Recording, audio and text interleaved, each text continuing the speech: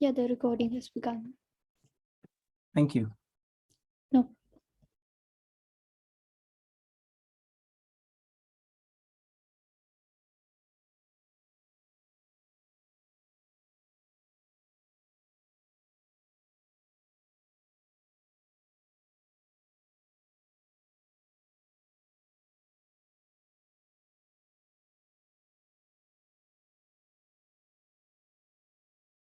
And So, Gunnar, can you see me? Yes, I can see you. we can't Okay. see ourselves But here. I don't have my own image coming through. I think you'll have to allow the speaker view also. You have to allow the speaker view.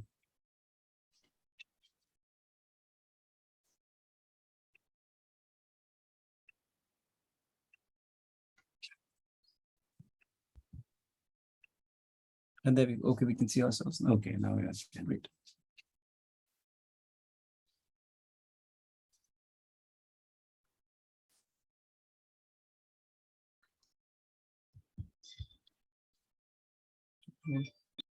Now where's the thing? Put that on the main screen. Yeah, this is Can you make it bigger? it will only happen when they stop sharing the screen.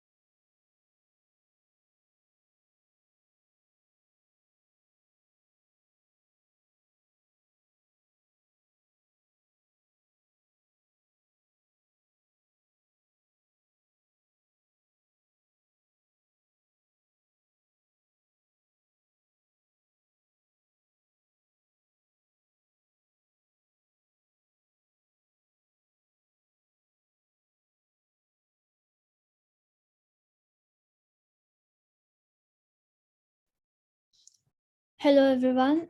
We would really appreciate if you could all turn on your cameras.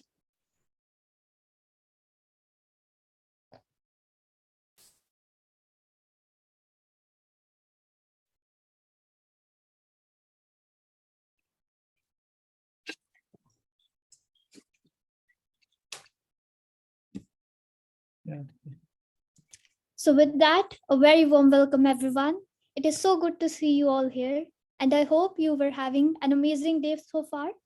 And just to make that a tiny bit more insightful, we, the members of SAATHI, are here on the occasion of World Environment Day to have a chat on animal welfare. So, first of all, I would like to thank all of you for sparing out your time on this lovely evening to help us raise awareness about a topic that is of such critical importance. We highly appreciate your presence here. And with that, we will open today's discussion. So, first, I would like to call Tanvi for a brief introduction about Sati, our founders, our objectives and goals, and our current going projects.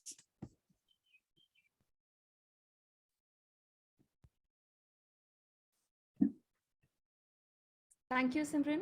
So, Punita Vadhera is the founder of SAATHI and a career counselor of high repute known for her deep knowledge of universities in India and abroad. She has over 25 years of experience and is one of the first overseas expert from Chandigarh. So now let's talk about SAATHI. So what is SAATHI? SAATHI is a modern day NGO run by the passionate youth taking on the responsibility to spread the message of sustainability and peaceful coexistence as it is in the hands of our generation. It was founded originally 10 years ago by Mrs. Punita Vadhera and inaugurated by the governor and the home secretary of that time. Due to the spread of COVID 19 in 2020, Sathi was launched online with the Dear Generation Delta movement. And our projects share the same objective, that is to educate current and future members of society to make this world a better place. Therefore, we at Sathi try to extend our full support to all our volunteer projects. So, what is Dear Generation Delta? So, Dear Generation Delta is a promising campaign through which we, Generation Z, are committed towards achieving a sustainable planet Earth socially, culturally, politically, economically, and environmentally by 2050 for our future generations, Gen Delta. We are firm believers that education is the only key to make any movement successful, and effective thinking can make it more rational. Our movement, Dear Generation Delta, is not a mere time capsule concept, but our way of making a mark on this world. So these are some of our projects over the past few months and currently too. So the team has taken up several projects and has spread awareness about the happenings in our nation. So we have the Rainbow Club, which includes the Pride Room initiative. Then secondly, the vaccination drive to create awareness and encourage everyone to take health precautions to counter the spread of COVID-19. Thirdly, we have the Well-Being Project, which focuses on the holistic welfare of each individual. And then the Gender Equality Project. Last but not the least, the Environment Project, for which we have all gathered here today. So what is the Environment Project? So Environment Project is the recent project by Sathi NGO under which we make waste segregation guides and undertake cleanliness drives and campaigns. Our main objective is to make every individual in our vicinity aware of the responsibility we owe to our environment of keeping it clean and safe. It is our duty to keep our future generations' earth similar to the one we live in today.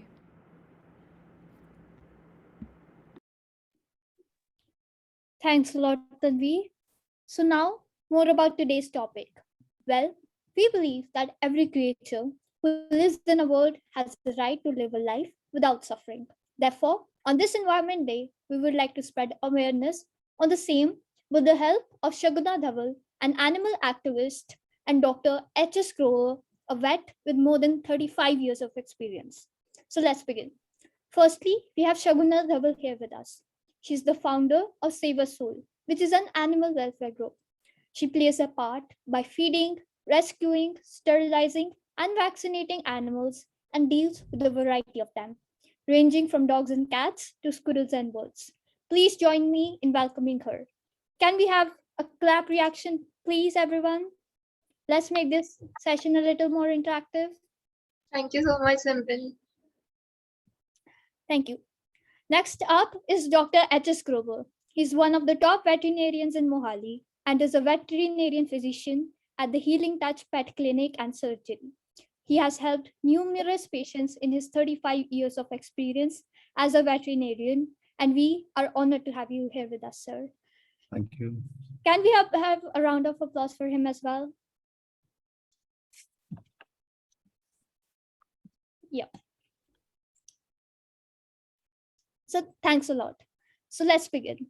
Firstly, I would like to invite Dr. H.S. Grover to introduce himself, and later we would be having Shaguna Dhaval have a discussion with us. So, sir, please go ahead. Good evening to you all. It's nice to be a part of your elite organization and a very positive environment you guys have created. I'm Dr. Grover, and I'm a veterinarian at the Healing Touch Pet Clinic and Surgery. I'm ex-Army, and I've been running this institution for the last 35 years. So I've been into small animal practice ever since I left the Army.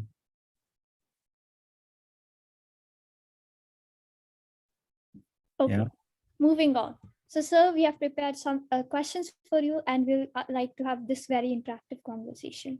Yeah. So we all know that dogs have a very different digestive system from humans, but many people tend to feed dogs stuff like biscuits and leftovers that can be very harmful for them. So, what food is appropriate to feed, especially street dogs, and what should be avoided?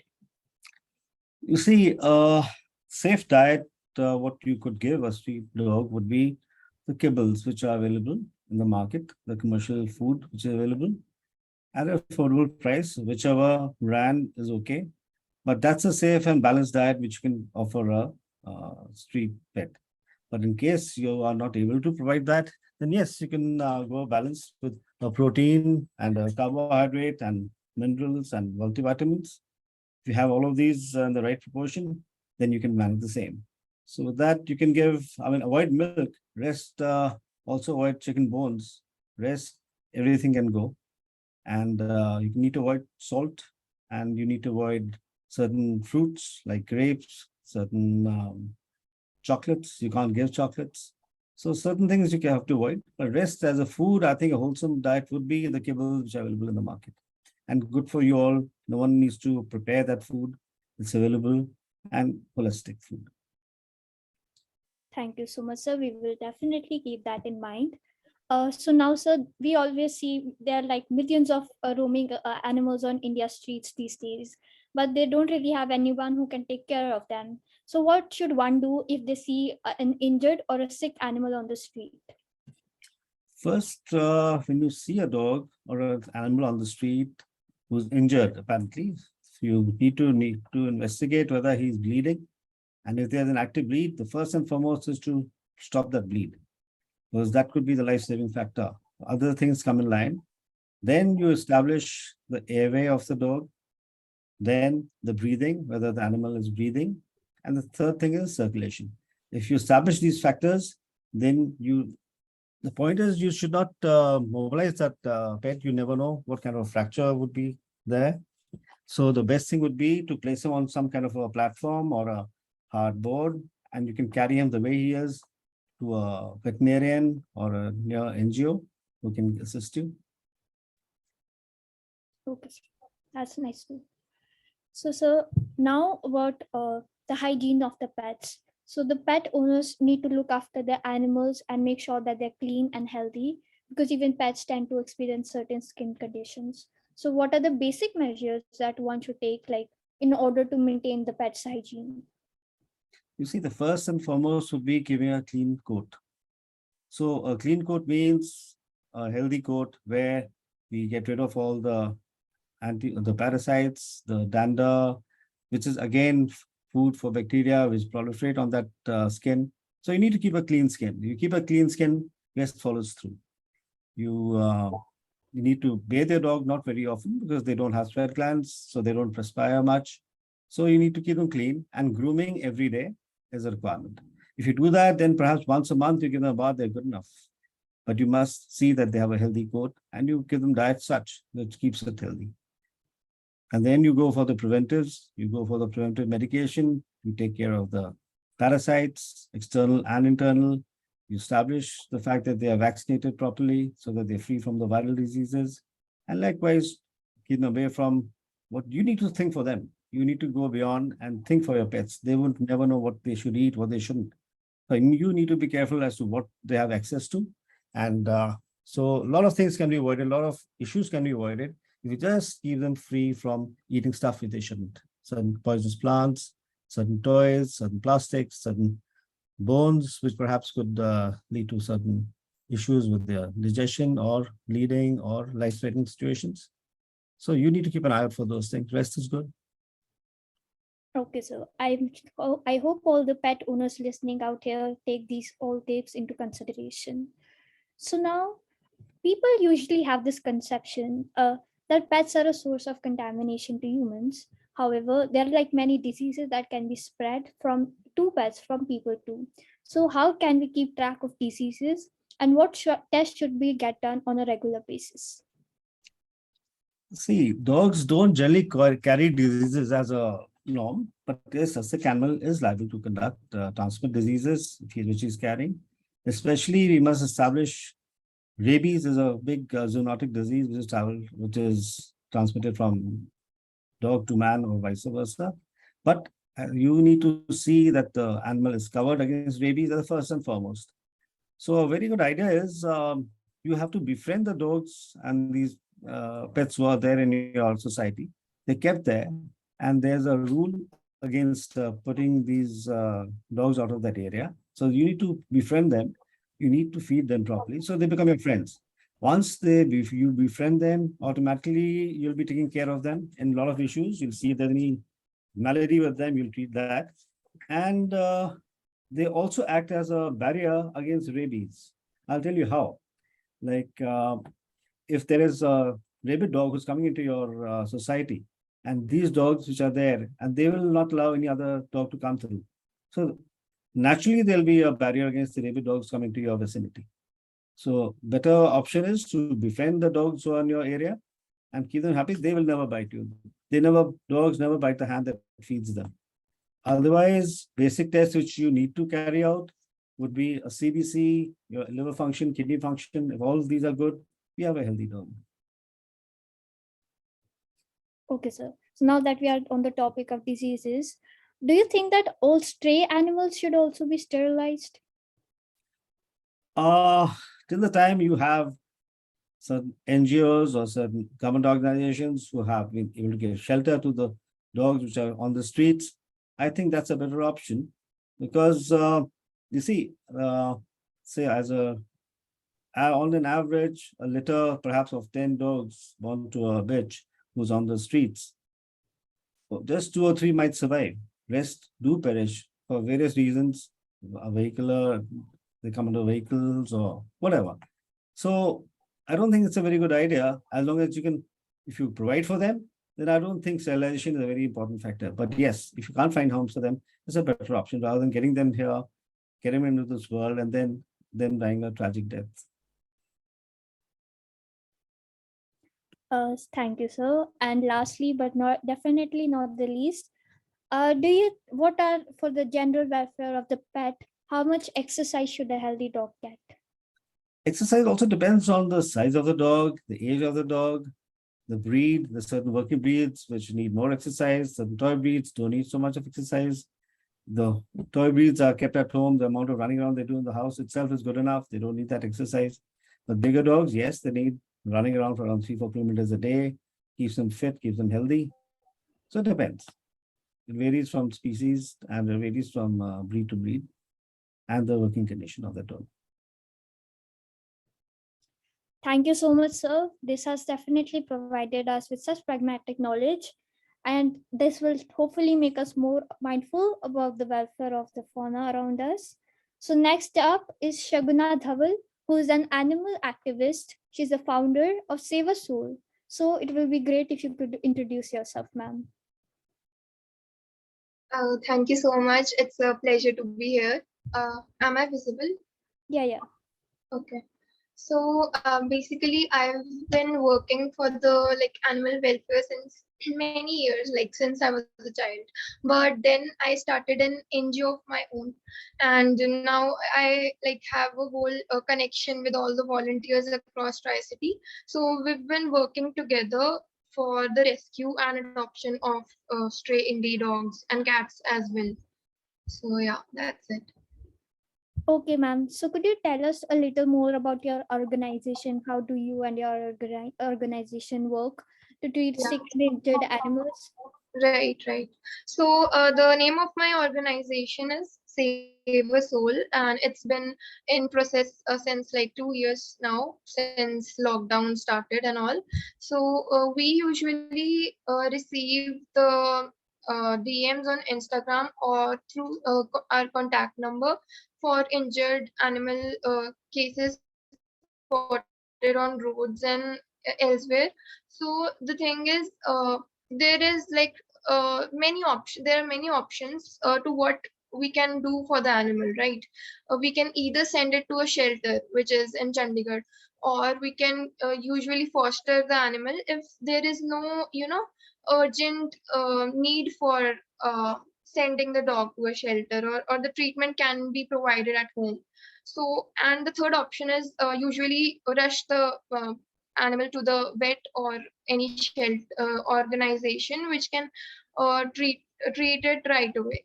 So that only depends upon the urgency of the case, or like the injury or the bleeding. So according to that, we process our whole protocol to what is to be done. Thank you, ma'am. That is for such a great cause.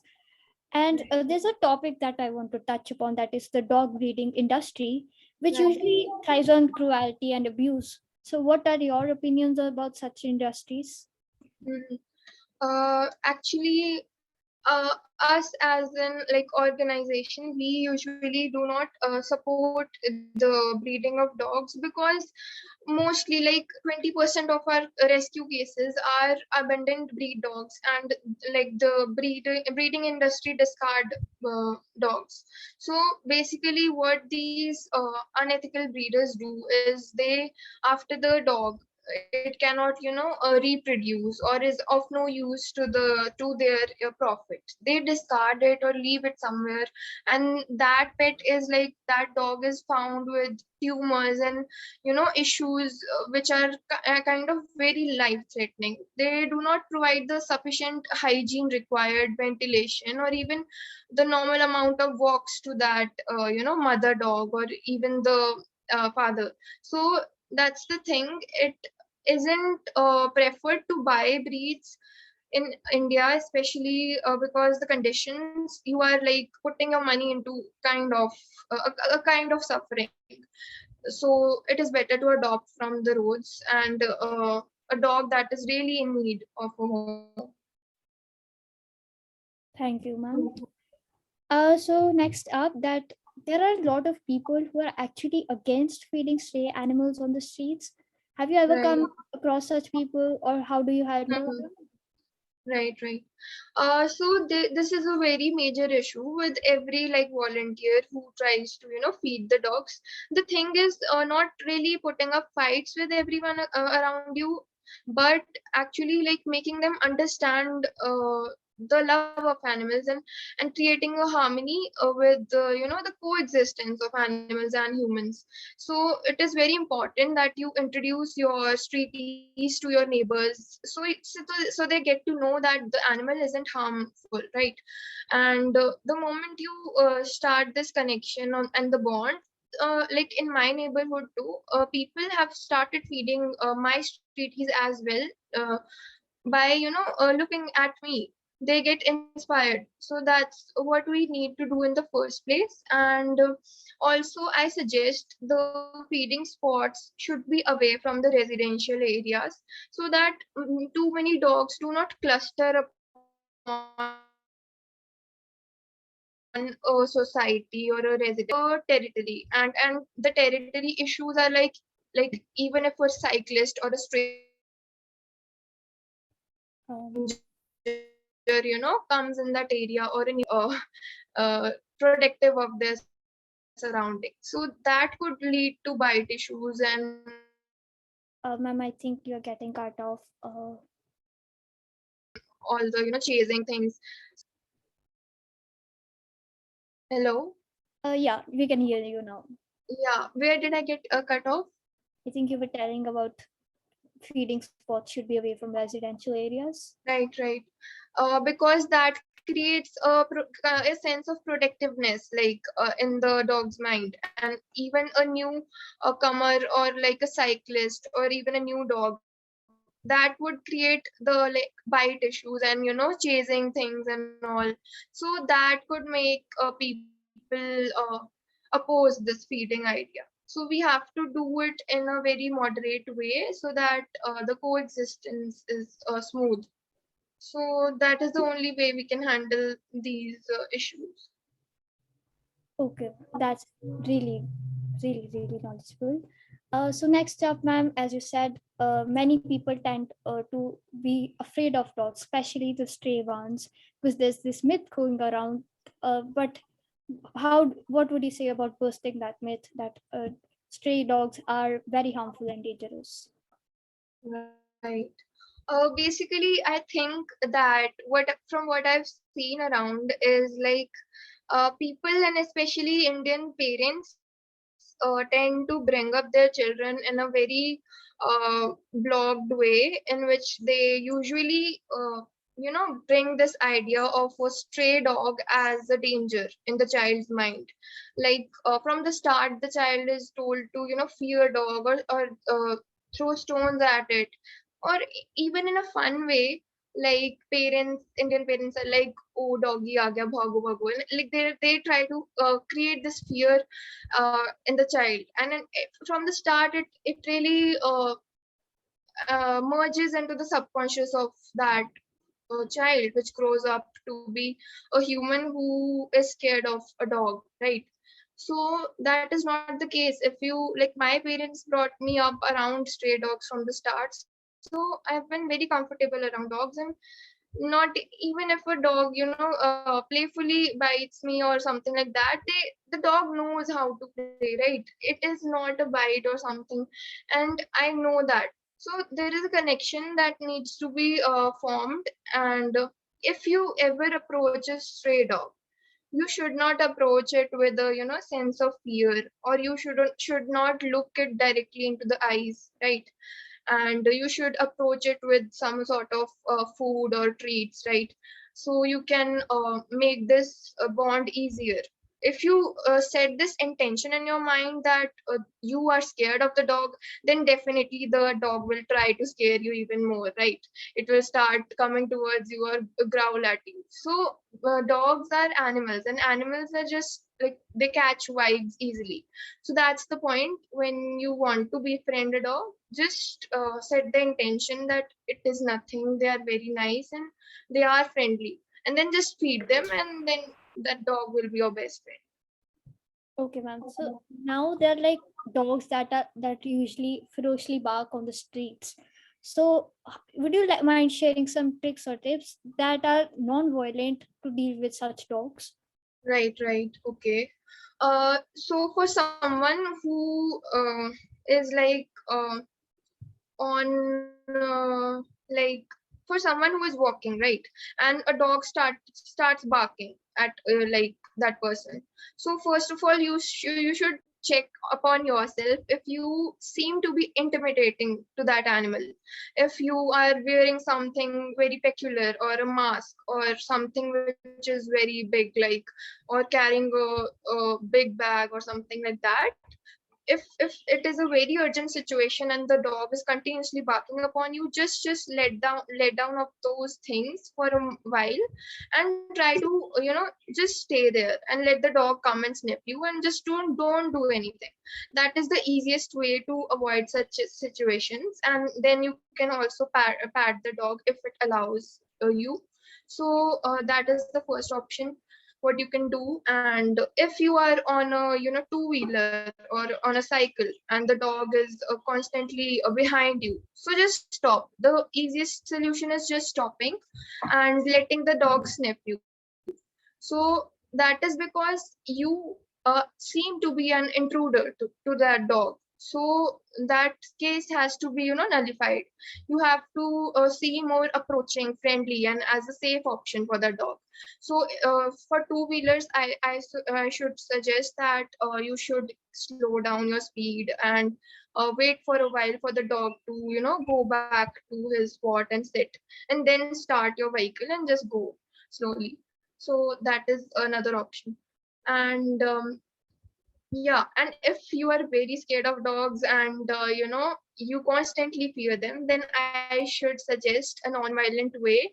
You could carry a water bottle along with you at all times, and if some dog is chasing you constantly, just throw water on it. Dogs are hydrophobic, and it would most of the times the dog will just run away from the fear of water. Okay, ma'am. Yeah. Me being slightly afraid of dogs, I will definitely use that trick. What? Yeah, just Okay, don't act to pick up stones and sticks, because that thing will make the dog more aggressive and it will bark more. So I think water one is better. yeah. And lastly, ma'am, what are your opinions on the relocation of a dog? Do you think that is okay? Basically, it is not allowed as such legally to relocate a dog. Usually, people, when they have issues with a dog that bites a lot, or sometimes if a bitch has given birth to some puppies, they prefer, relocating the entire litter and the dog from its area. First of all, that is a very bad idea, because in the end, the dog, if it is causing an issue in your own residence, then it will be in a state of panic and stress if you relocate it, and that would be just like snatching your home away and throwing you in a weird location and telling you to just adjust to that new location and live there. The dog would starve, the dog would be in a constant fear of other dogs biting it, and it could also isolate itself, and that is very cruel and distressing for the dog. So it is not a very good idea, it's inhuman, and you cannot just do this. Better, you should take help of NGOs to sterilize, vaccinate the dog if you have such issues. And sterilized and vaccinated dogs usually don't cause any such problems. And for aggressive mothers, um, you should also take help of NGOs, because I personally dealt with a case where a bitch was constantly, biting all people around. So for the time being, its kids, grew up to 2 or 3 months of age. I got it fostered somewhere. So then after that age limit has passed, the mother is no longer very protective of its kids. So that's a solution to it. Relocation is never good for any animal. Thank you so much, ma'am. And now I would request our distinguished guest to please share any past experience or incidents with us, be it of rescuing an animal or just about anything that heavily influenced them. So, sir, would you mind going first? Well, you're muted, sir. Yeah. You're talking about the rescue of a Yeah. injured animal. Yes, sir. Like any experience Then you we have. have the NGOs who get these injured dogs to us, and we treat them.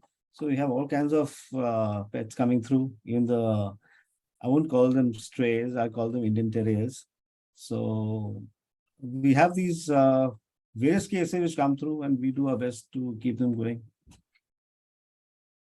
What? But yes, you do need to take care of them as far as the post care is required, post treatment, post operations. So the kind of fostering you guys do, that's very important. That will affect the longevity eventually. We would be able to give the first aid, but yes, post that, it's all in your hands.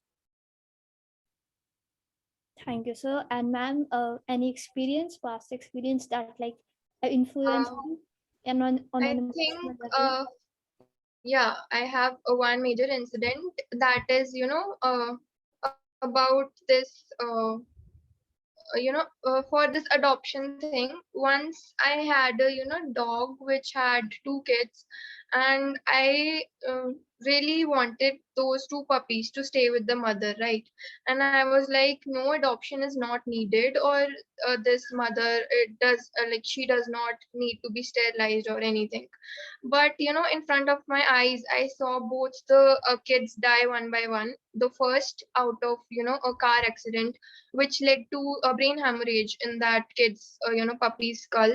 And like, it was of no hope. Like, the puppy was literally in coma for a month, and it was the most critical case I've ever received, and it was with me in foster care. I used to take it twice to a doctor, and it it didn't survive long, because on glucose drips it eventually just puked one day, and that vomit got choked in its airway. So on like that coma experience, it was really bad for me. And then the second sibling of that puppy, she died of poisoning. The neighborhood people just poisoned her because they don't like puppies or something, and dog menace. So that was really painful for me to see, because the mother dog was literally crying at my feet and squeaking, and just let's say as if she's requesting me to save her kids. And that was really painful. After 2-3 months also, whenever I used to meet that mother dog, she always used to be so lonely, and she used to cry, and I knew that she is missing her kids. So after that, I knew that if I ever spot any puppy which is in a very vulnerable environment or in an unsafe area, I'll get that pup adopted as soon as possible. So that led to the strength of me taking this decision that I should get the puppy adopted right away, than like having a painful death. So, and then the second lesson I learned, that sterilization is really important. We cannot just let these pups die. Obviously, there's a survival rate, but sometimes all the like pups don't survive because of people who poison the entire litter. So that's the thing. That's my biggest experience in this work. Yeah, the case of the people poisoning them is pretty bad. Right. Okay, so now that we are almost at the end, we would like to entertain questions from the audience. So, if anyone has any queries, please feel free to drop them in the chat box, or you may raise your hand and you may unmute yourself when you are recognized. So, we have question from Ram. So, what is your favorite aspect of practicing veterinary medicine? Veterinary medicine is not really just medicine for me. It's a challenge every day, a new challenge every day. And that's what keeps me going. It's a lot of fun. It's a lot of hard work and a lot of interesting cases every day. So every day I see a new case. Even till date, I learn and I gain from there. So that's what is the most interesting thing about veterinary science. You keep learning every day. Yeah, learning never ceases. Oh, yes. Thank you, sir. So we have a question from Samreen for you, ma'am. Is Save a Soul open to volunteers? Yeah, sure. Like we have a WhatsApp group, and there we coordinate like all the tasks required, like fostering and all. So you can just DM me on Instagram, Save a Soul. Like you can just search Save a Soul without any space. So you'll just get to know the page. I'll add you in the group. Yeah. So we hope Samreen volunteers. And next up is Varun. Is feeding dogs wheat bread right? Because many Indians do so. I think this question can be entertained by you, sir. Gluten is a issue which could lead to a lot of issues, skin issues and digestible issues. So many ways, gluten is not a very acceptable thing. Rice is a better substitute. So instead of feeding wheat, it's better to give rice. They'll be more ready to assimilate. See, the dogs have a smaller gut size compared to us humans. And that gut size is good for digesting protein, not too much of carbs. So dogs, basically being canines, they digest protein is better than carbs. So your diet should be more of onto the protein side and less of carbs. And on the topic of diet, sir, what should one do if their dogs are getting overweight? Overweight. Yeah. You're talking about the home dogs or talking about the strays? I think Ananya is referring to their pets. Yes, pets would be overweight is again what I've seen through my experience that wherever you're feeding rotis and wheat, they tend to put on weight. So whenever I have cases coming to me for obesity, we have an obesity diet and we put them on that and they do well. It's a balanced diet. We need to give a balanced diet. We tend to overfeed them and that's what puts them into that situation. And that leads to further issues, further organ failures. A dog perhaps with a longevity of say 13 to 14 years will have issues at around 8 to 10 years of age. You'll have a kidney issue, you might have a liver issue, you might have a cardiac issue. So feeding is good, but overfeeding is not too good. So you maintain your feed, rest will be okay. Thank you, sir. And on the same topic, like people are very concerned with their pets' diets. If a person is vegetarian, can their dog also go on a vegetarian diet? Do you think that is healthy? You see, the certain what do I call nutrients which are available in non-veg diet, which is essential for basically those are carnivores, the canines. I mean carnivores, so they tend to eat meat as a normal diet. That's a normal feed for them.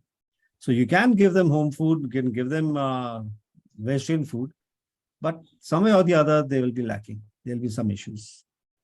So perhaps you need to give some additives along with that diet, which comes with something known as home food plus, which can be given as an additive as per your home diet. That will substantiate the lack of whatever you're missing out by not giving them the non-veg diet. And I have a question for Ms. Shaguna from Navya, that many dogs tend to die because of a virus, and it's usually because of their low immunity. So how can one avoid that? I think basically parvo and distemper are the major diseases which really depend on the immunity of that dog, and it is better to maintain an immunity from a very early stage and not just give all the multivitamins at the time of that disease. So it's better you feed them, there are many multivitamin syrups available, and yeah, and a good diet is obviously and if it is a puppy, then it is very important that your if it is a breed a pet dog, then it is important that you take it from a breeder who is very like licensed or ethical, who does not separate that puppy from the mother at a very early age, because the major immunity is developed at an early stage from the mother's milk and the nutrients from that. So that is an important factor, that the pup receives that mother milk for the initial stages. Okay, ma'am. And another question from Rupandeep is, if a group of dogs are showing aggression, can we just scare them off by just picking a rock, not necessarily hitting them? I think picking a rock would only make the dogs attack you more, from what I have seen. So I think the water bottle idea is good enough, or I think if there are many dogs, then you should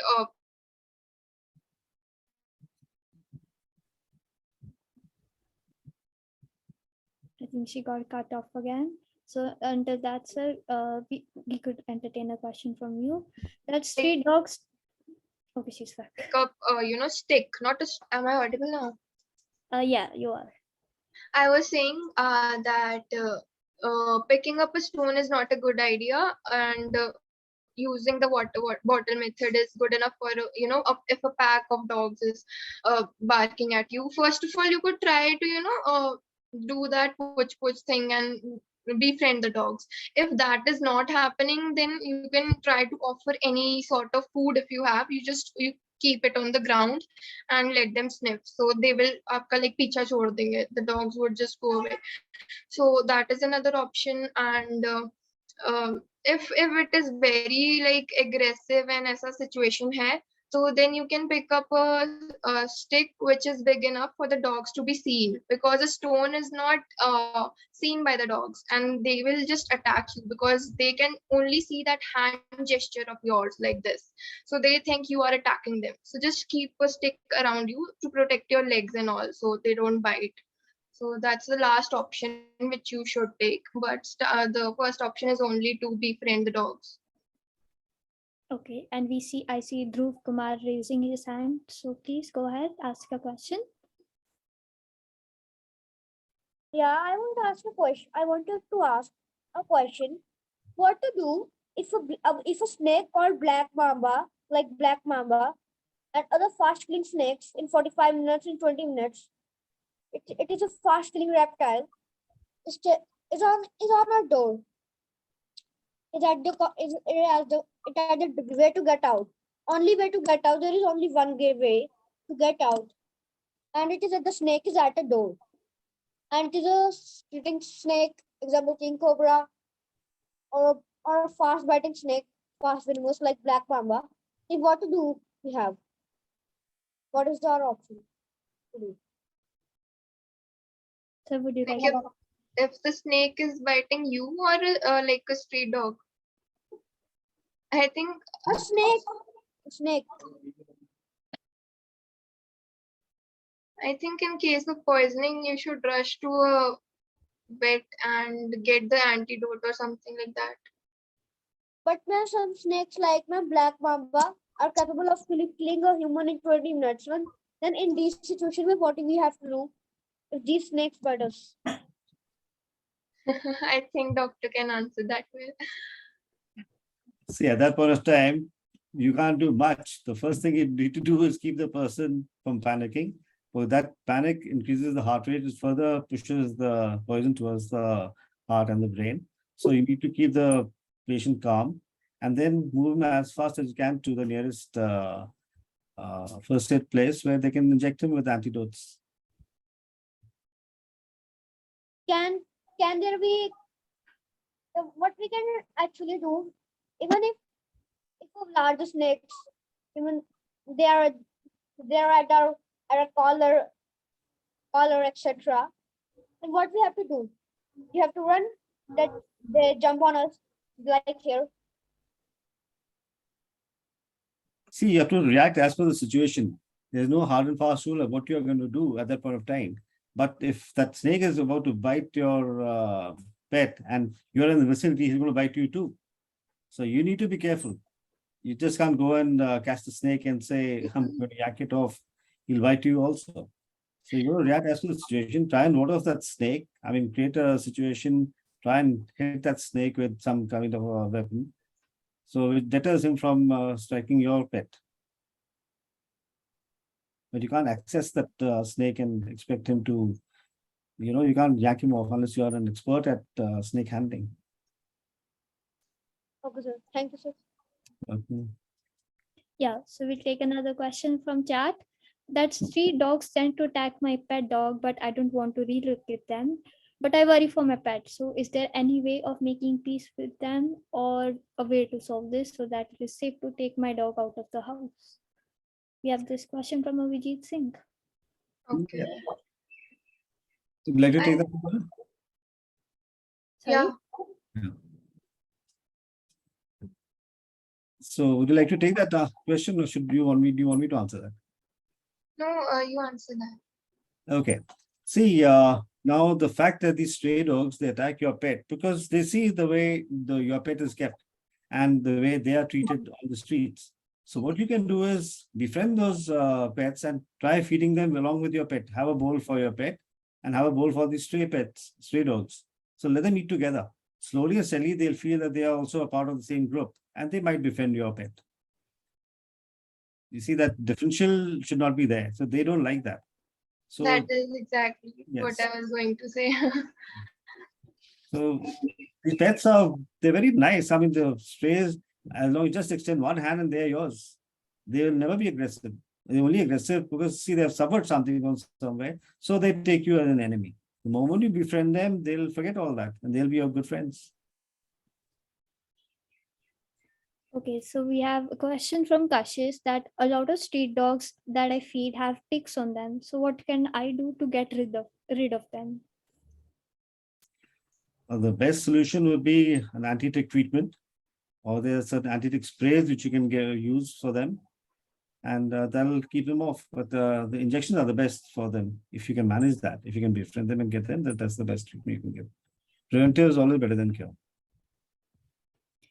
And we have a question from Siraj that what are your views on animal testing? On animal testing, Yeah, like I'm guessing like cosmetic testings on animals. you see, there are a lot of stringent laws on that, and they do maintain certain protocols in which the animals are not made to suffer. But then, if there's a cause for science, it does happen. Like we have the anti-snake venom. This the venom is introduced into the horses, and we get the anti-snake venom from there. So there, it does happen. There's that one way of producing that anti-snake venom is for the betterment of the humans. So these things do happen. There's certain, but I think there's certain stringent laws where these are done under controlled conditions. So it does happen. Otherwise, that's the way science progresses. You see, you do need to experiment. A lot of experiments are being done for a purpose, but I think under a controlled manner. That makes sense. If any, I think all of the questions have been answered. If any of you have still questions remaining, please drop them in the chat box, or you're also allowed to raise your hand and unmute yourselves. Any questions? So when you mentioned that Punita Vadhera was the pioneer of this institute of your. Yes, Punita Vadhera. Okay, then you need to wish her a happy birthday today. Today is a birthday. Yeah. Yeah. I didn't know that. Yes. So she's not here with us, but we'll I make know. that. You can still wish her a happy birthday. Yeah, we'll definitely do that. Yeah. Any more questions? Okay, seeing none, we will like to, if Dr. H.S. Grover and Shaguna could make their ending remarks about their experience on today. It's been a very nice session interacting with you guys, and nice to see that you people are so positive in the upkeep of the environment and of the pets which are not as fortunate as the ones we have at our house. And the kind of work you guys are doing, I'm sure there'll be a better world to live in. Thank you so much, sir. Ms. Shaguna? Yeah, like this was a wonderful session and I really enjoyed all the questions, and I hope it was informative, and this is a really good cause for, like, you guys are covering many things I see, and that is the like totality of social cause. So I'm really like glad that students and people are working towards this, especially the youth. So a message from me would be, like, particularly is like, you should try adopting indie breeds, as well, because they are no different from other pet breeds which you supposed to be some like extraordinary than them. So yeah, like, consider adopting and not shopping. I would like to put in a word there. If you look at from the veterinary point of view, the strays, as we call them, are in fact more robust, more resistant to diseases, and more adapted to our Indian conditions. They're more immune. Yes, by and large, you'll find them in a better state of health. And in fact, over the years, I've seen the loyalty these strays exhibit to you are far more than that of your other pets.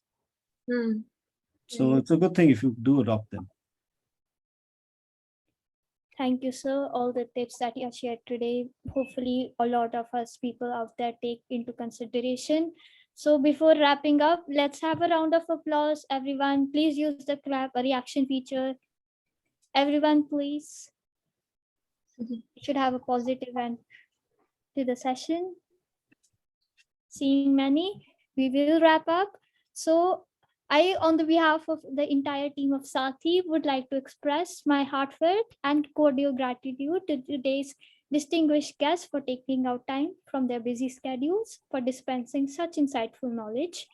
Your wise words and presence, sir and ma'am, have definitely helped us magnify our cause in the best possible way. And this meeting has been a great success. And it's all thanks to your enlightening words that have inspired so many people out there. I also remain most grateful to the audience for their rapt attention with which you sat throughout the session. And audiences like you make such presentations more awesome and more successful. And I'm confident that you have learned something from today's session, and you take all those small steps to help animals live peacefully and lead a better lifestyle. If you have any queries, please feel free to contact us at SAATHI's email address or any other social media platforms. They're all given on the screens. And again, cheers to World Environment Day. Thank you. Thank you. Thank you so much.